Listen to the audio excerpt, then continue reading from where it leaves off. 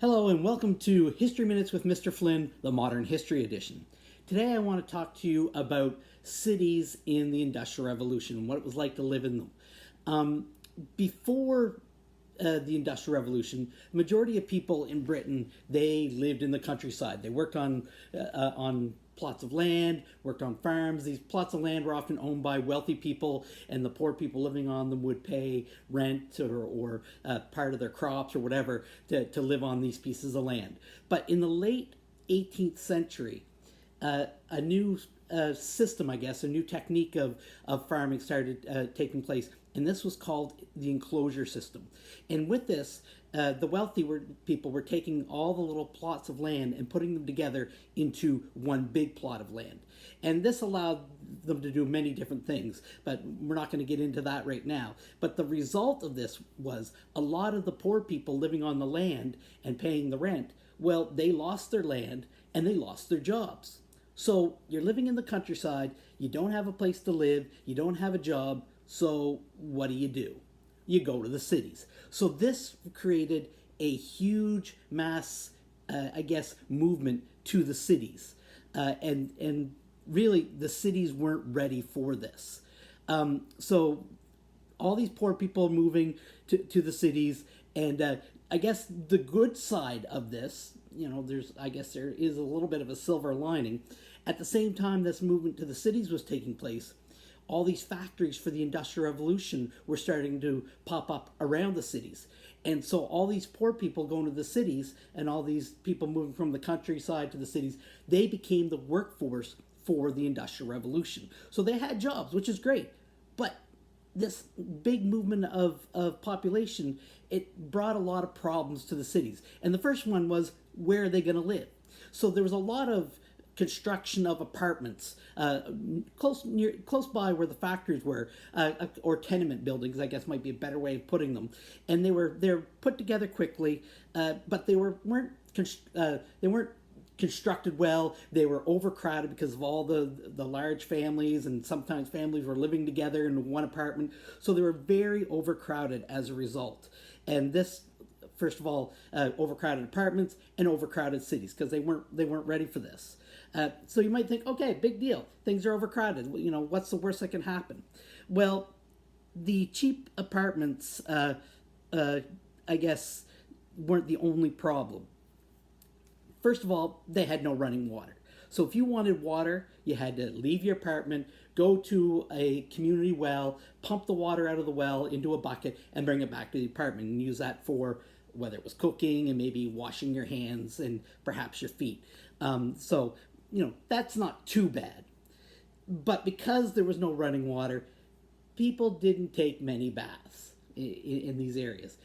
Poor people in these areas may take a bath once every month or two. So for those people who like to take a shower every day, you probably would have lost it. So a bath. So you can imagine people were quite dirty. Dirt would get left on them. There'd be lots of germs and that sort of thing. Also, because there was no running water, there was no indoor bathrooms. So in these communities, they would have community outhouses that people would use. So you might leave your apartment and go to the bathroom. However, that's a lot of work. So most apartments had what was known as a privy pale. And the privy pale was where you did your business. So you had to go to the bathroom, you go to the pail, you do your business in the pail, you take the pail and you take it out to the community outhouse and you dump it in. However, a lot of people were lazy. So rather than take the privy pail and dump it in the outhouse, they often went to their window and threw it out the window into the street.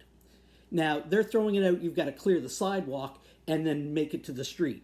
So people are walking along the sidewalk and there's human waste flying over their heads. And this brings us to a tradition that you might be familiar with, where the man walks on the outside, the closest to the road. And a lot of people think, well, that's so they don't get splashed by mud puddles. Well, it began because when people are throwing their buckets out the window, if they don't happen to clear the entire sidewalk, then the woman on the inside doesn't get hit by the human waste. The man gets hit by the human waste. So really, men have been taking a lot of crap for women for hundreds of years. So and furthermore, they're throwing the human waste into the muddy streets. They're not paved. The streets aren't paved. So they throw this human waste into the streets. It rains. It gets all muddy, and there's Lord knows what in the streets. So this is kind of disgusting. So the streets become muddy with the human waste. The kids are out there playing in the streets. They're running around in their bare feet because they often couldn't afford shoes. So they're out running the bare feet, and they come back in the house at night and go to bed. They may wash their hands, they may wash their feet, but they may not either. So they're bringing in these germs into their apartments constantly. Also, another problem was the outhouses and the sewers. They weren't constructed very well, so there was always seepage of waste, human waste, into the ground or into the water table, and that water table would go towards the community well. And of course, when they're getting the water to drink and the water to cook and the water to bathe or wash their hands and feet, it's contaminated with human waste and viruses and diseases and germs. So it was a very dirty place to live. And because of this, diseases and viruses, they were quite rampant in these areas. Due to the overcrowding, they spread quickly. Because the streets are overcrowded, the apartments are overcrowded, social distancing was next to impossible to do.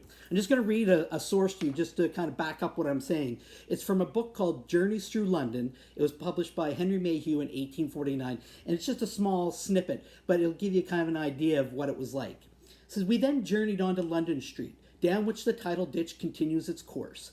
In number 1 of this street, the cholera first appeared 17 years ago and spread up it with fearful speed. But this year it appeared at the opposite end and ran down it with like severity. In this wretched place, we were taken to a house where an infant lay dead of the cholera." It just, people were around each other. You couldn't social distance to keep the diseases from spreading quickly. So this was what it was like living in these areas. Now, I guess if there's a silver lining to this, it forced governments to react eventually, not immediately, because these problems don't happen overnight. They take place over time.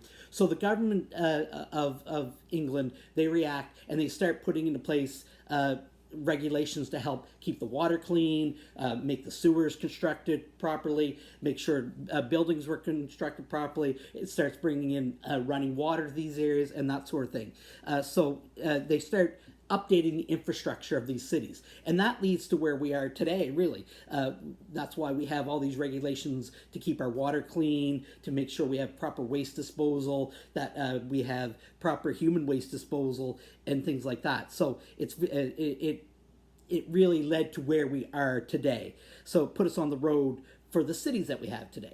Now, again, there's tons of information to learn about this topic, about city life in the Industrial Revolution. So I encourage you to please, if you're interested, take a further look at the topic, gain a little bit more information. And until next time, this is Mr. Flynn signing off. Please take care.